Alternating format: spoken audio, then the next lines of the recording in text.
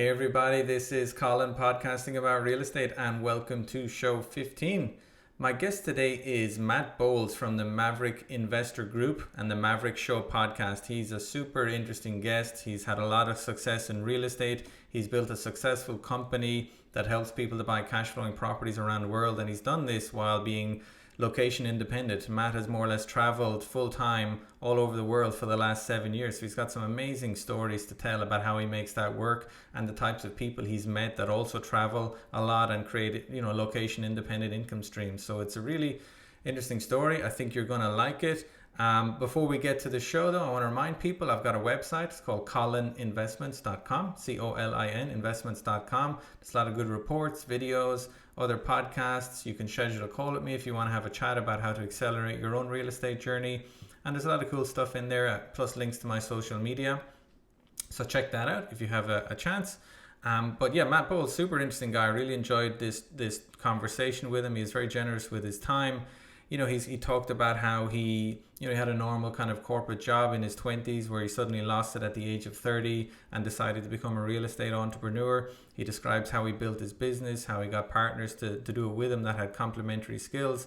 We dig into his kind of digital nomad lifestyle, which is fascinating. I mean, it's probably not for everybody, but it's really, really interesting. He's had an incredible lifestyle over the last 6-7 years, and he's done it thanks to real estate and thanks to his real estate business and his own passive income from real estate. So there's a lot of appeal in there. There's a lot of food for thought. He's got a lot of ideas on how people can generate location independent income streams. There's a lot of ways to do it. So tune into that. And just a really cool guy, interesting show. And I think you're going to like it. So let's hear what Matt Bowles has to say. Matt, how you doing, man? Welcome to the show. Colin, good to be here, brother. Super excited for this. Yeah, no, I'm delighted to have you on the show. You've got a great story to tell. You're a very interesting guy, quite a unique setup, the way you've used real estate to kind of fund a really interesting lifestyle. So, but before we dig into that, can you tell us a little bit about, your early career and what set you on the path to real estate?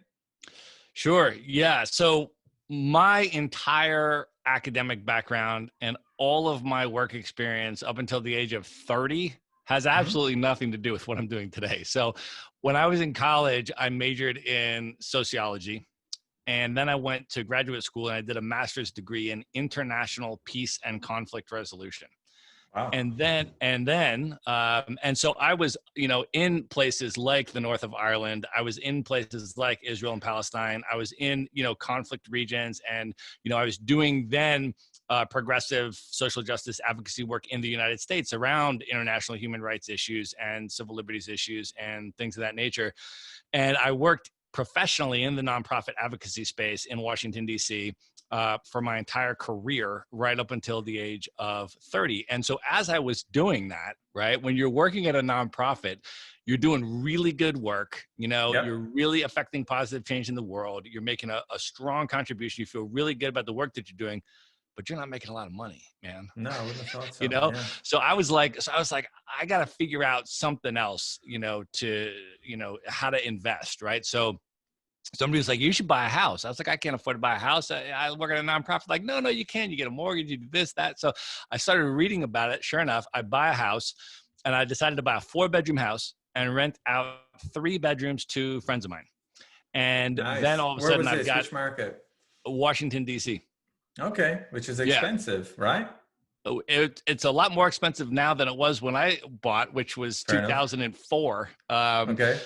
So anyway, so I buy that, and then all of a sudden I rent it out to 3 friends of mine, and so I've got 3 streams of income, right? And then what happens is, this is 2004 now, right? Then what happens is the house that I buy appreciates in a single year more than my entire annual salary. Wow. At my job. Crazy. So then I'm thinking, I'm like, wait a minute. You're telling me I could have just sat on my couch and played video games the whole year and made more money than I did working 60 hours a week? I was like, that's an interesting concept. So then what I did is a cash out refinance on that, took out the equity. And then I started reading every book I could read about real estate investing, right? And I was saying, okay, how can I reinvest this equity in a way that's going to continue to multiply this effect? And so then I started studying out-of-state real estate investing. I said, how can I diversify my portfolio? How can I buy out of state? So then I went and I started buying in out-of-state markets, right? And then I started building this portfolio of real estate. And then what happened was my friends came to me and they started asking me, they're like, how are you doing this? How are you buying this real estate? How are you buying it out of state? All this What kind of markets were you buying in? So at the time, mostly growth markets. So there were like Las Vegas, Phoenix, Arizona, Nice. Florida, places like that. And so my friends were, but they were cash flowing rental properties, right? I wasn't like, speculating on like condo, growth and doing that kind so of were they like flipping stuff. $100,000 house, or were you doing lower Some of end them were stuff or more higher end stuff? expensive. Some of them were more expensive. The Las Vegas stuff was higher end condo conversion stuff. The Phoenix stuff was closer to that, sub $200,000 range. There were sort of new construction homes there and stuff. So I was buying some different stuff, right? And kind of learning as I went. But what happened was my friends started coming to me and they're like, man, how are you doing this? How are you buying these rental properties? And I said, well, let me show you. This is where I'm buying. This is what I'm buying. So then I started helping them buy the same stuff that I was buying. And what I noticed was the real estate brokers that were helping us buy the real estate were getting, commissions from the real estate that we were buying. But that was cool because we weren't paying them and they were adding a lot of value to us. So I was like, that's cool. And then I started noticing they were making commissions off the friends I was referring. But again, that was cool because we weren't paying it and they were helping us.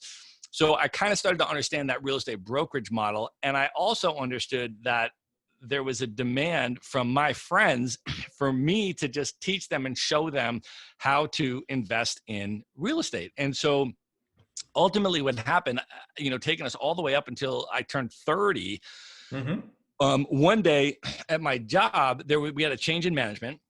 And that changed a lot of dynamics in the office and the culture, and all sorts of things started happening. And long story short, one day I walk into work and I unexpectedly get fired from my job. Oh, man. And I had no notice. I had no idea that this was coming. Okay. You've been here quite a while, right? The same company, what, 5, 6, 7 years? The same company for 4 years. It was about 4 years, I think, because I'd worked for another company before that. But this was totally unexpected, right? So I was shell shocked and I was kind of like, whoa, I had no planning for this. Like, this was totally unexpected. And so then your mind kicks into this, like, okay, like, what do I do now? And for me, I can remember that day and it was like, first step, okay, I had to turn in all of my stuff, including my phone was a company phone, right?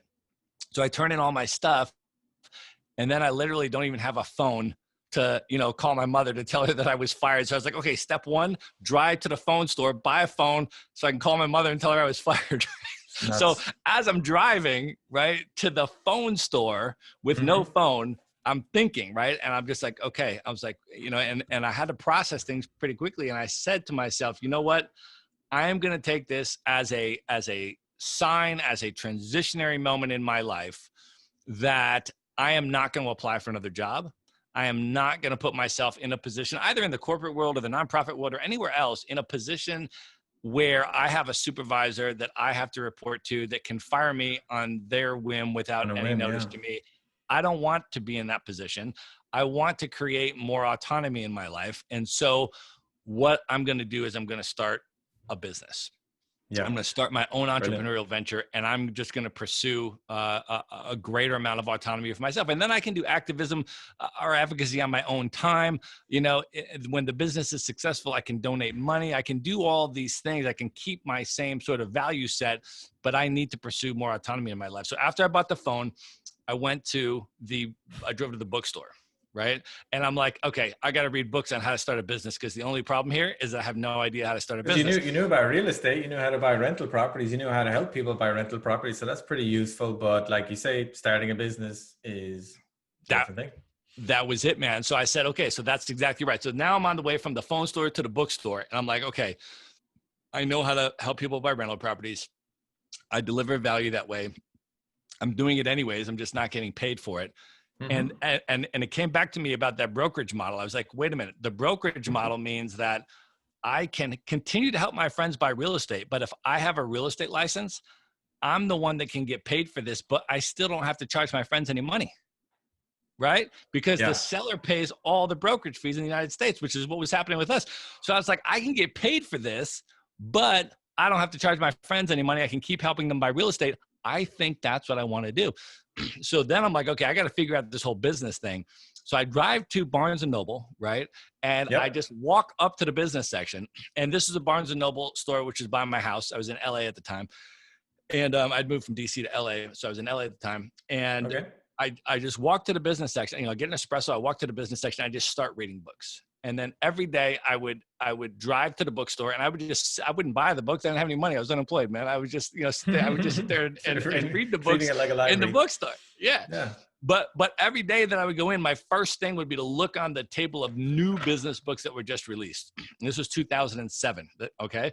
So Okay. one day I walk in to the store and I look on the new business books just released. And that day there's a brand new book out on the shelf called The 4-Hour Work Week by Timothy Ferriss. Oh, seminal book.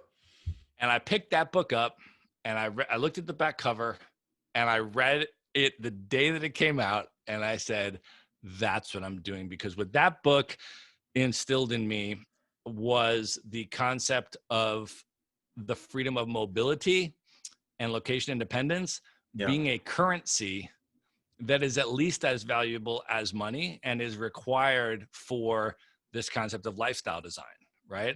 So I said, okay, I've got the real estate investing piece and I've got now this vision that I want to build a business model which is going to facilitate location independence and lifestyle design, not just income. Okay. Because you're right. Too many people, I mean, leaving a corporate world, setting up your own business, that's a fantastic idea and a fantastic thing to do, especially when you're young, but at any age. But too many people just think about, okay, what do I do to earn the most money? And they don't think about, well, how do I build a business that allows me to live where I want or allows me to do what I want? And it's a totally different concept because you can be in LA and set up a business that keeps you tied, like anchored to LA, and you can't move. You can't even take a vacation because you're too busy building a business. And it is an all-consuming thing to build a business. But good old Tim Ferriss taught us that if you plan it out a little bit better than that, you can structure it totally differently. That's exactly right. That is 100% correct. And, I think that what happens is a lot of people fall into the self-employment trap. And instead of building a business, they build a job for themselves. Right. That's the other thing that happens. And a lot of times that's a geographically restrictive job, right? That's tied to a particular place. So if they go into, house flipping or some kind of real estate thing, a lot of time that's really geographically centered in one particular place and they fix themselves to that area. So, in real estate in particular, it was very unheard of. 2007, a lot of people are still amazed when I tell them that I own a real estate brokerage and I can run it from anywhere in the world. I don't have to be in one place, and people are like, that kind of blows their mind because this was not a, real estate investing and real estate brokerage, the entire real estate space is not an industry that is a traditionally virtual category, right? No. So what we had to do was think about, how to build a disruptive, innovative, totally unique model for the benefit of both the founding partners of our company and our staff and our customers, right? Yep. So we were thinking, okay, there's a whole bunch of limitations on these traditional real estate models, right? Everybody that works there has got to work in the same place. A real estate agent only knows the properties in their own market. A real estate developer, a builder is building in one market or, whatever it may be. And so not only does that limit the staff and the owners of the company to having to be there, as you say, to oversee whatever's going on, but it also limits what they're able to sell to the customer, right? So an agent that's in one market or a builder that's building in one market only has what's in their own market to sell. So they have to retrofit their marketing materials and tell you that their market is the best to buy in always, all the time, because they don't have anything else to sell. So we said, what if we were able to help people buy in multiple different real estate markets and we could help our clients buy in the best market at the right time, all the time, and create a financial incentive structure where we don't make any money at all unless we're able to help them buy a property that is the perfect fit for their criteria. And only then do we make any money at all, which is at the closing with the real estate brokerage fee, which is paid by the seller, not by the buyer anyway. So we're like, I love this model. Don't have to charge customers anything. Don't have to sell them anything. If we can help them and find the ideal property for them, give them enough education, enough value, and help them identify that property, then only then do we get paid and not by them. We love the model, and we have the agility to run this business over time. And as the most advantageous markets for real estate investors change over time, we have the agility to change as well with those and help our clients always buy in the best market. So that was the business model that we developed. I love it. So where is that business now? Can you give us an idea of the scale of it and how many deals your customers have bought, or how many staff you have? Yeah. So, we're probably this coming month, we'll probably close 12 or 13 deals this coming month. Nice. And the types of markets that we are in terms of the evolution of that, right? 10 years ago, we were in markets like Phoenix, Arizona, that had just recently crashed and gone all the way down. And it was very advantageous to buy there because you could buy very low, recently constructed properties, and the rents had not crashed. The people still needed to rent their properties, so that market hadn't gone down. So you could buy very low, below builder replacement cost, and the rents were still here. So you're locking in a good cash flow margin. What's happened since then is that home prices have skyrocketed. Rents have not skyrocketed. So now, if you bought there 10 years ago, you crushed it. Our clients that did that did amazing. But it doesn't make sense to continue buying there right now because there's been this process of yield compression, right? Where the high prices surpass the rent so much that it just squeezes your cash flow and your cap rate.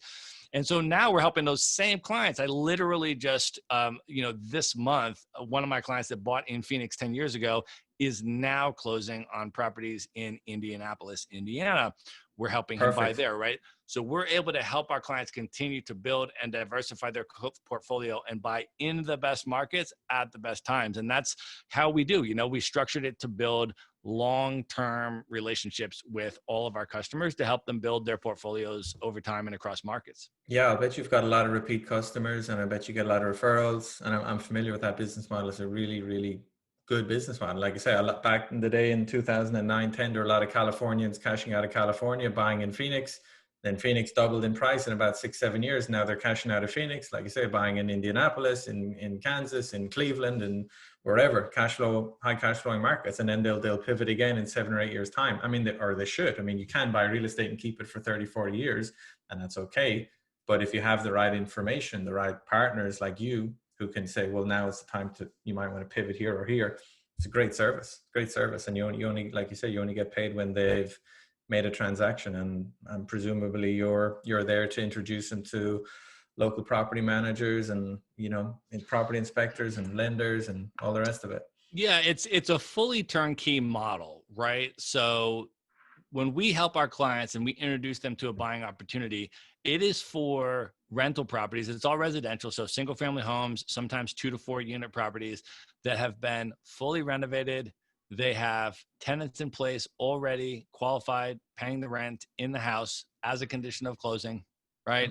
And there's a local property management company there that's collecting the rent and handling the maintenance and dealing with the tenant and all of that, so that you don't have to be the rehabber or the landlord, and you don't have to live in that market, but you can always buy and own rental properties in the most investor advantaged markets, regardless of where you live. And without being the rehabber or the landlord, you still get all of the benefits of owning that rental property. You still get all of the appreciation that may happen. You get the net monthly cash flow. You get all the tax benefits, being able to depreciate your property. You have a tenant, which if you used financing to buy the property, that tenant is paying down your mortgage principal every single month, right? And then, of course, you have a built-in hedge against inflation, because home prices and rents both rise with inflation.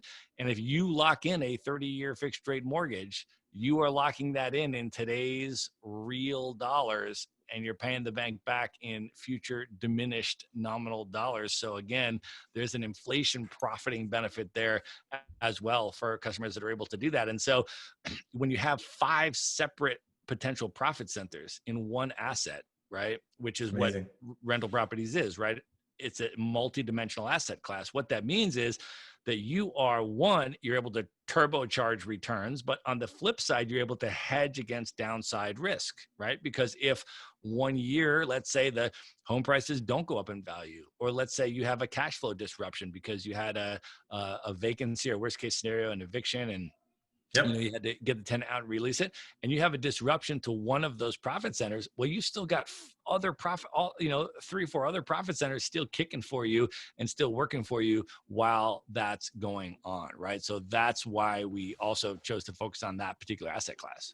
It is. And I wrote a report called The 4 Different Types of Real Estate Investors, which people can get on my website. And, what people don't realize often is having 1 or 2 rentals can be pretty stressful, because if you need to replace a roof, or if one of the tenant leaves, or if you have a 2-month period with no income, that's pretty stressful. And you notice that in your personal bank account, not just your investment bank account. But if you keep going and you get to 9, 10 doors, you buy a few multifamilies, and you get up to 9 units, 10 units, 11 units. So now something goes wrong, you don't sweat it even nearly as much. And number 2, you probably have better teams in place, you better managers, you probably better systems in place for tracking your numbers. So, I'd encourage people, once you get 1 or 2 rentals, don't be afraid about all the bumps in the road and the kind of, hardships you might endure, because you just have to get through it and just keep going. And real benefits, the life-changing, wealth-creating benefits, don't come really from having 1 or 2 rentals. It's you keep going. And I'm sure you've helped people get from 1 to 2, and now some of them probably own 10, 15 plus, right? Yeah, and it's also a really important point, Colin, in terms of why would someone choose to own 10 single-family rental properties instead of a 10-unit apartment building, right? Mm-hmm. We get that question a lot. It's a good question, right? Because Yep. the game of Monopoly taught us that when you get 4 houses, you should upgrade to a hotel, right? Mm-hmm. so, but the reason that our clients would all day long prefer to have 10 single family rental properties instead of a 10-unit apartment building, there's a number of reasons for that. The first one is that if you own a 10-unit apartment building, you've only got 2 choices. You can hold it or you can sell it. Those are the only 2 choices. Whereas if you own 10 single family rental properties, you are able to do a segmented liquidation strategy where if one of those properties, let's say, is woefully underperforming, right? Sure. You can just sell off one property without getting rid of your whole portfolio. Or on the flip side, if 1 or maybe 2 or 3 of those properties skyrocketed in value and you want to sell those, maybe do a 1031 exchange, into some other properties, whatever, you can sell part of your portfolio without liquidating the whole thing, which also goes to the concept of diversification. If you own 10 single family homes, Mm-hmm. you can own them across multiple different markets, and you can diversify across different markets, and you can even diversify within the same market and own in Sure. different types of areas of the same city, right? So there's a lot of advantages of building that 10 property portfolio versus a single commercial building that might have 10 apartment units.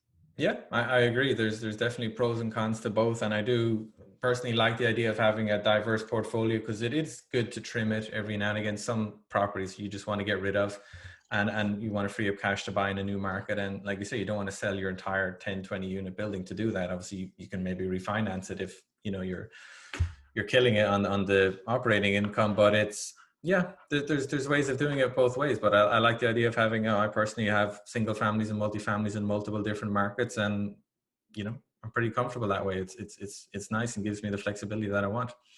So let's rewind a bit. I want to talk about this transition you made to a nomad lifestyle, because I read Tim Ferriss's book back in the day. Coincidentally, I set up my first kind of company my own in 2007, the same as you. I don't think I read his book back then, unfortunately, but I've been a big fan of location independence. I lived in Madrid for 10 years, while I spent most of it investing and buying and renovating Florida real estate. So I'm a big fan of living where you want and kind of structuring your business around that. But you took it much, much further than that. I mean, can you tell us a little bit about how you built that lifestyle and what kind of stuff you've been doing with it the last 5-7 years? Yeah, for sure. So I think your point is important, Colin, which is to make a distinction between location independence and sort of the itinerant nomad lifestyle that I have chosen to create, right? Location independence is something that I think everyone should strive for as much as possible, because all it does is give you options and freedom to choose, right? Mm-hmm. So for example, I was location independent since I founded my business in 2007. But I chose to live in Los Angeles from 2007 to 2013. I mean, I chose to be in LA for those 6 years. I could have been anywhere. I could have lived Yep. in a different city. I could have been traveling. I could have done anything, but I chose to be in LA because I love Los Angeles and I was in a relationship at the time. And my relationship partner was doing her PhD at UCLA Okay. and needed to be there. So that was cool. But my business partners that I founded the company with, they each lived in a different city, and that was cool. They could live in whatever city they wanted. So I never lived in the same city as my business partners from the founding of our company. Our staff is all over the place. So we built it with a remote infrastructure so that we could recruit the best talent no matter where they live.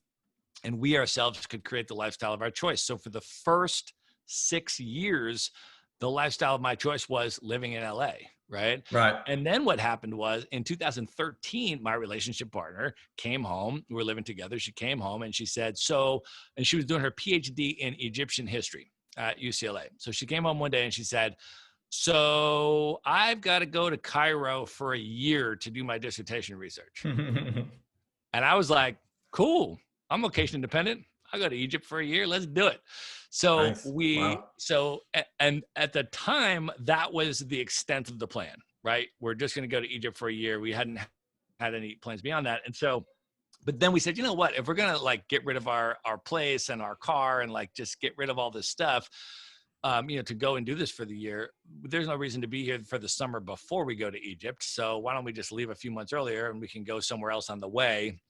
Any place in the world is pretty much cheaper to live than LA anyway. So why not get another experience on our way to Egypt? So we literally pulled out a world map. We were like, where would we want to go if we could go anywhere? And we decided that Buenos Aires, Argentina was our top location in the world. It's on the way from LA to Egypt, right? right? Just right on the way. It's like 2,000-mile detour. just a stopover, on the way to Egypt, just What a Buenos cool Aires. city, though. It's right Love there. It. I love it. It's like a mixture between Madrid and New York. I just love Buenos Aires. It's an awesome city. It is an awesome city. So we decided to spend 3 months in Buenos Aires and then go to Egypt. Now I have since been back to Buenos Aires as well. So I've spent a lot of time there as well. So it is a very special city. But so we went to Buenos for 3 months, and then we were in Cairo for the year. And then after Cairo, we said, you know what? You've got all your dissertation research done. You have a year to write this dissertation.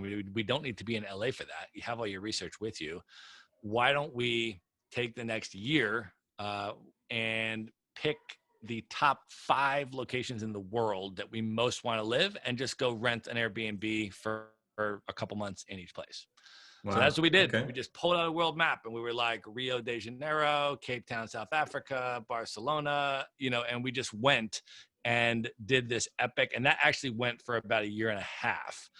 And are you just kind of clocking in during this? Because you're like your partner in a business. Are you putting in your 6 hours work, your 8 hours work every day, just opening your laptop in your apartment or a coffee shop or a Starbucks or whatever it might be and just putting in the work and then come back to your Airbnb or whatever it might be? Exactly right. Yeah. And I like to do slow travel. When I say slow travel, I mean like go for a couple months, at least a month, right?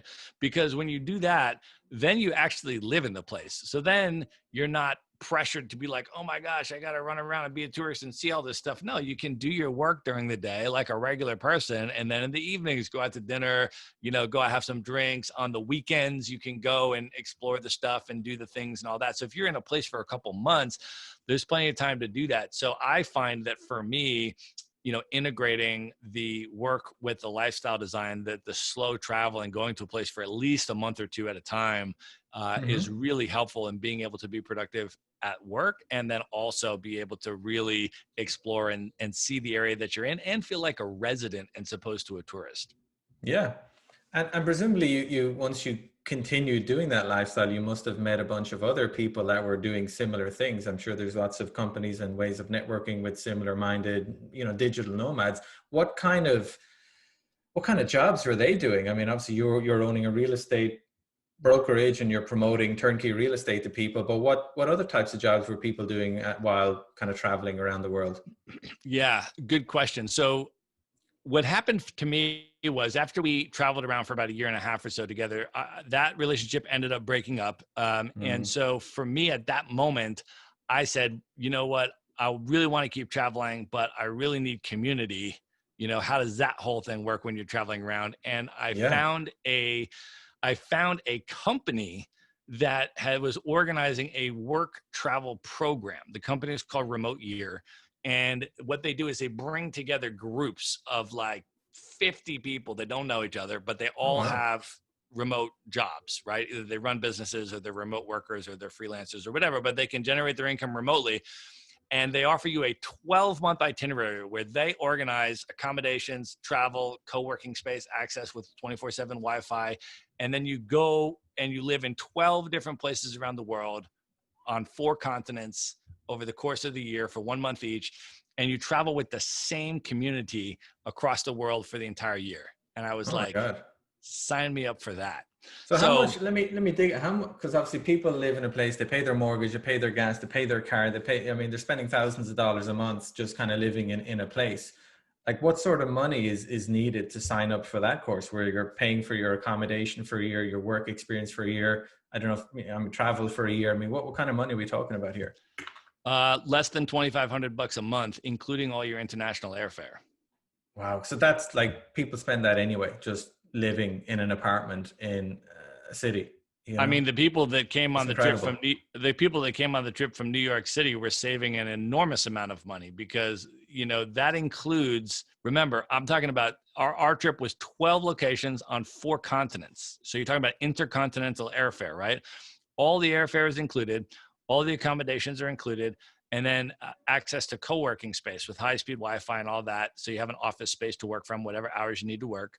And then they also have full-time staff on the ground, local people from each of the cities who are organizing social events and different things like that. So this is all included. So if you come from a city like New York or San Francisco or LA, like you're saving a huge amount of money by doing this and getting this really, really epic experience. So It's nuts. yes, But like, are you living in an apartment with your own kitchen where you do your grocery shopping, or is it like a yep, hotel or a nope. hostel where you have to go out every night? Usually you're living in an apartment with a kitchen where you do your own grocery shopping. I mean, Perfect.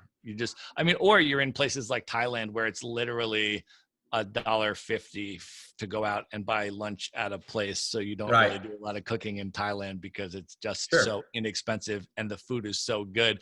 But yes, you're basically living in apartments and stuff like that.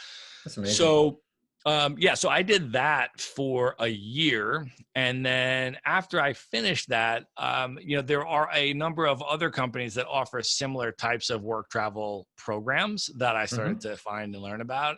And then Remote Year, the company, after you finish their 1 year as an alumni, you then have the ability to join any of the other Remote Year groups that are orbiting the world and like plug into their group for a month and just become part of their group in that particular city. So I did that a number of times. I joined some other groups, another group called Hacker Paradise Hmm. that I joined and connected with them. There's another group, you know, there's a number of groups that So I you have. might just put an email out there saying, I'm going to be in Budapest in June. Is anybody around? And you'll get a bunch of people saying, yeah, I'm going to be in Budapest in June. Let's hook up. So there's 2 ways that I do it. One is I actually pay to participate in a program, right? Like I'll say I'm going to pay Remote Year to participate in a 1 month, join one of their groups for a month in Valencia, Spain. Right. And then I'll go do that. They'll have my accommodations ready, my co-working space ready, all my stuff. And I've paid them and I'm That's so going to do cool. that. And I know that there's going to be 30 or 40 people there at least that know I'm coming and they want to hang out with me. And I have an immediate instant community. Right. So in some cases, I will pay a company that runs a work travel program to join their community.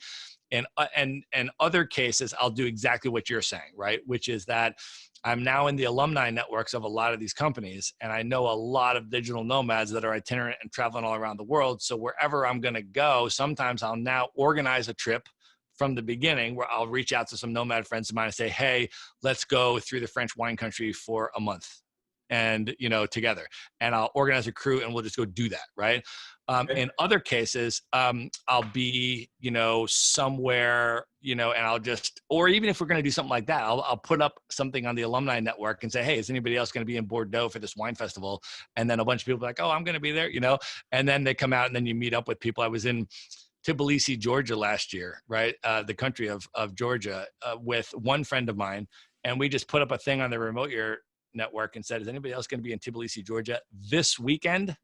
And we ended up at a dinner with 10 people that had done the remote year program in different groups and stuff that happened to be in Tbilisi, Georgia on the same weekend. So like, it's like that kind of stuff. Like people are all over the place. And once you're plugged into these networks, I mean, you can find people anywhere.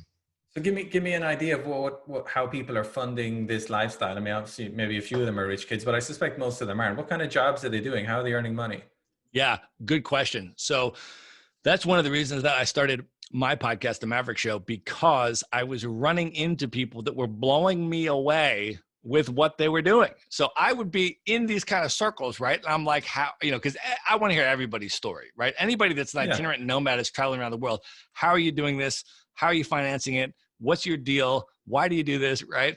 And so, for example, on my remote year group, one of the women, Jen McGee, who's been interviewed on my podcast, she runs an architectural design company. Again, not a traditionally virtual category. I'm like, how do you do that? I mean, like, and I'm talking like a serious company that has Fortune 500 clients. So she designs a retail space for Saks off Fifth Avenue, Sharper Image, Barnes and Noble. She won an award for designing the duty-free shops at JFK Airport in New York City. Like that caliber of a business. But she built it with a location-independent infrastructure, and she could run this business from traveling all around the world. So I literally, I can remember this. We were in Prague. We got a bottle of wine. It was midnight. And I was like, let's turn on the mics because I just have to ask you these questions. Like, how did you build that? How do you run this? How do you travel the world and do that? How do you get Fortune 500 clients when you're over here on an island in Thailand? And, like, how does that work? And so that's the kind of conversation I'll have with these people. Or, I mean, I've interviewed people on like boats in the Mediterranean and we just turn the microphones on and I'm like, how are you doing all this stuff that you're doing? So, people are running really interesting businesses.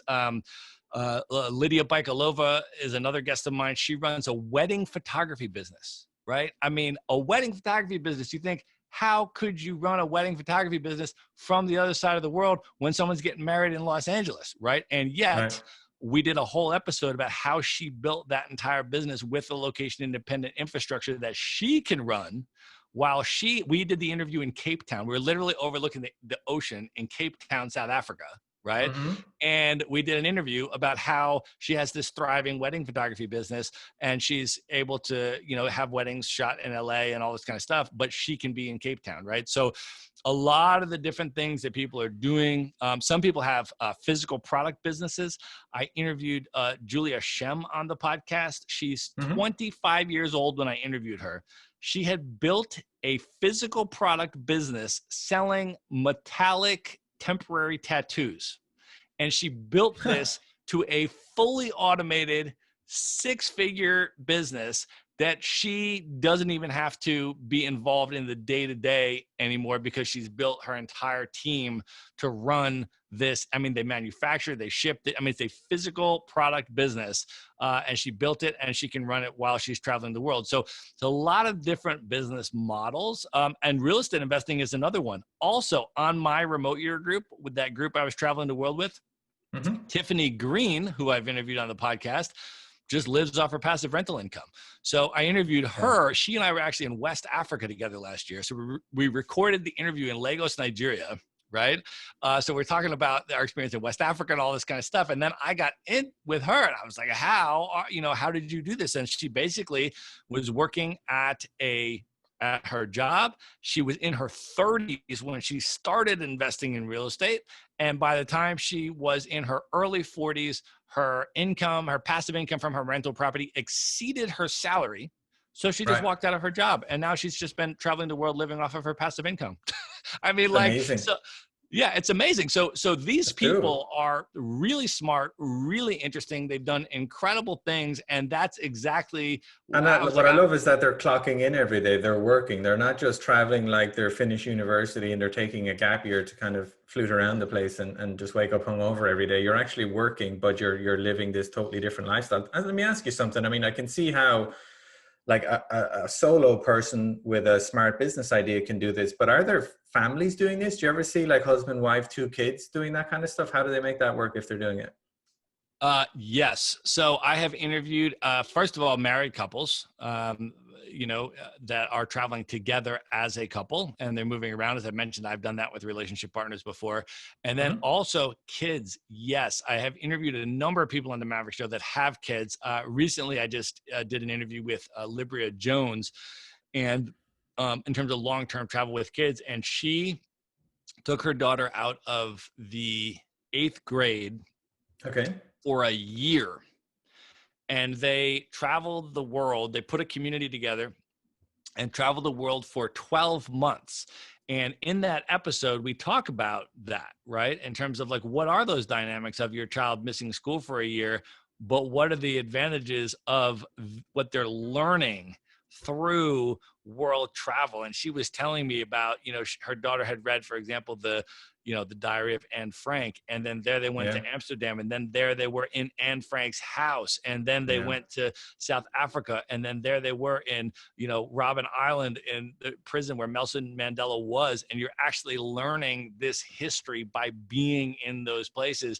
You're learning Amazing. language through immersion, and you're playing soccer with all Spanish speaking people in Colombia. They don't speak any English, and you're learning Spanish through immersion. And she was talking about the incredible learning experience and the impact that had on her daughter to do that long-term world travel as a kid, and sort of how she managed that.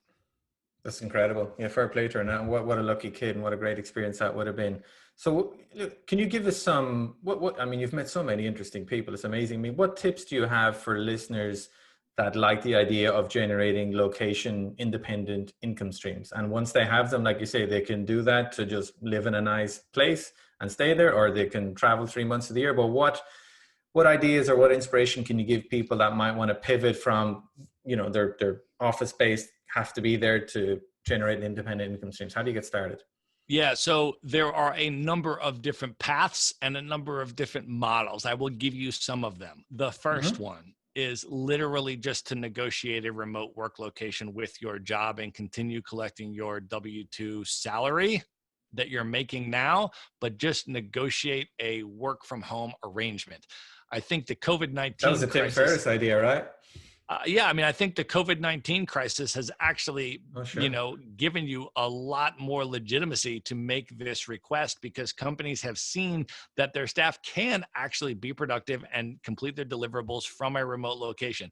And if you are allowed to work from home, you can work from the beach in Thailand, right?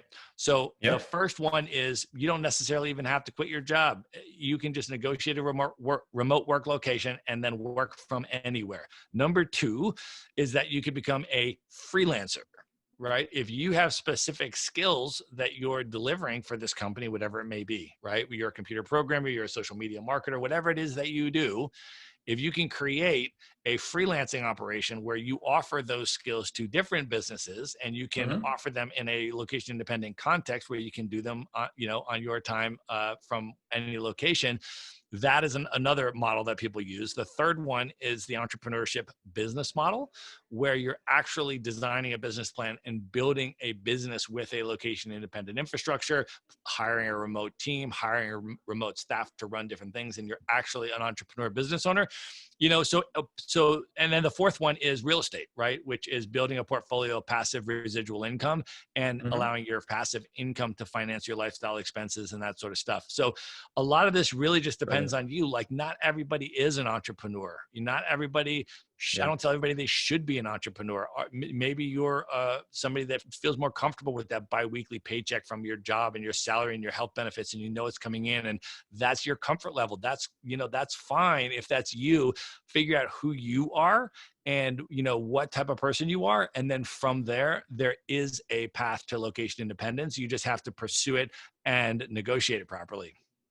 That's brilliant. That's a lot of really good advice. And you can obviously mix those up as well. If you can negotiate, work at home, work from any home from your boss. And then if you're living somewhere cheap, and now you can reinvest some of the excess income with real estate. And there's all sorts of ways you could snowball that and have a lot of fun with it as well. 100%. I mean, that's really important for people to understand. If you live in a major city in the United States, or if you live in a major European city, right? If you live in Dublin or you live in London or like something like that, Yeah. I mean, you have to understand how much less expensive most of these other places are in the world to go live. I mean, if you want to go live in Southeast Asia, right, the cost of living is going to be so much lower that you're going to have a lot more, for example, runway to start your business because your personal living expenses are lower. You're going to have, like you said, or you can reinvest the differential back into cash flowing real estate or back into your business as you're trying to build it or whatever it may be. So that lifestyle arbitrage concept is pretty significant and something to consider. Yep, it's very exciting, and yeah, I think you've given a lot of our listeners food for thought. So look, this has been a lot of fun, Matt. I really enjoyed this chat. But look, before we wind up, tell us a little bit more about your podcast and how people can get in touch with you. Absolutely. So two things. First of all, if you want to listen to the Maverick Show podcast, you can find the Maverick Show with Matt Bowles on any of the podcasting platforms, iTunes, Stitcher, Spotify, or just go to themaverickshow.com. That's the website for the podcast. You can find episodes there and subscribe there. If you're interested in turnkey rental properties, Maverick Investor Group is the company. And I wanted to offer your listeners, Colin, sort of a special access. We've got a free report on how to avoid the 7 biggest mistakes that real estate investors are making in today's market, and also an opportunity to do a free phone consultation with us. So we like to have everybody come in, get to know you personally, get to know what your real estate investing criteria and your real estate investing goals are, and then to customize a way to support you in building your real estate investing portfolio. Which market might be best for you? Which property type might be best for you? What type of buying intervals, are going to work for you to build that portfolio over time and build your wealth through real estate. So we like to have that very initial discussion, get all of your questions answered so we can both learn about each other. And then if it's a good fit, to start supporting you. So there's also going to be a free phone consultation opportunity. And you can get that by going to, I want to ask you, Colin, by the time this is published, we're going to have a custom website for your listeners. So we can do Maverick Real Estate, we can do maverickinvestorgroup.com/ what do you want the / Colin. Colin. Okay, great. So by the time you're listening to this, just go to maverickinvestorgroup.com / Colin, COLIN. And there you will find the free report as well as the opportunity to come in for a free consult and chat with us. At least it'll be a fun phone call. Perfect. I'll put all that stuff in the show notes, and I'll also put the stuff about those organizations that help people organize a year away. That'll be interesting as well. But yeah, this has been a lot of fun, Matt. I really enjoyed your story. I love what you've done with your lifestyle, and it sounds like you've got a fantastic business as well. So thanks again for your time, man. You look after yourself and take care. Thanks, Colin. There you have it, folks. That was show 15 with Matt Bowles from the Maverick Investor Group and the Maverick Podcast. Really enjoyed that chat. What an interesting guy. What a lot of great ideas. He's got such a different perspective on life and money and what you can get out of it, because there's so many people get trapped in the day-to-day and the mundane day-to-day worries and day-to-day businesses and day-to-day family stuff, but it's just a reminder that there's a whole world out there, that it's probably a little bit more accessible than you might have thought. And even if you're not, you don't want to spend full-time traveling to places like, Cairo and Buenos Aires and Southeast Asia. Just the fact of thinking about how to create location-independent income streams, I think is key. And I think that's something everybody should give serious consideration to, because even if you love where you live and you've no intention of moving anywhere, just having location independent income streams gives you that flexibility to do something. I mean, maybe you're fine now, but maybe when your kids have finished university, you might want to do something else, but you need to continue earning money. So establishing those income streams and building that business or doing that freelance work or building those clients, whatever it might be, it's never too early to get started. It's never too late to get started. I mean, it's worth exploring. I really liked it. Like I told him, I've always been a fan of location independence. I've lived in many different countries over the last 15-20 years, and a lot of it's been in Florida real estate, but I haven't necessarily been in Florida for a lot of that time. I mean, I am now, but I might not be in a couple of years. So it's worth thinking about. You'd be amazed at what you can achieve, what kind of businesses you can build, income streams you can build, and real estate is one of the best ways of doing it. And but for sure, read The 4 Hour Work Week by Tim Ferriss if you haven't done it. It's a very accessible book, and there's a lot of interesting ideas. I'm pretty much guaranteed that you'll find at least one idea there that you like that can improve your life for the better in that book. It's really, really good. So check it out. And appreciate you listening. I hope you're enjoying these guests. I'm trying to keep them diverse and interesting, and give us all different ideas about how we can improve our lifestyles, accelerate our real estate journey. So I hope you're getting something out of it. Don't hesitate to give me a review or a rating on whatever device you're listening to. If you can, that's helpful. By all means, reach out to me via my website, colininvestments.com. You can schedule a call with me there. You can check out different reports and videos that I've got.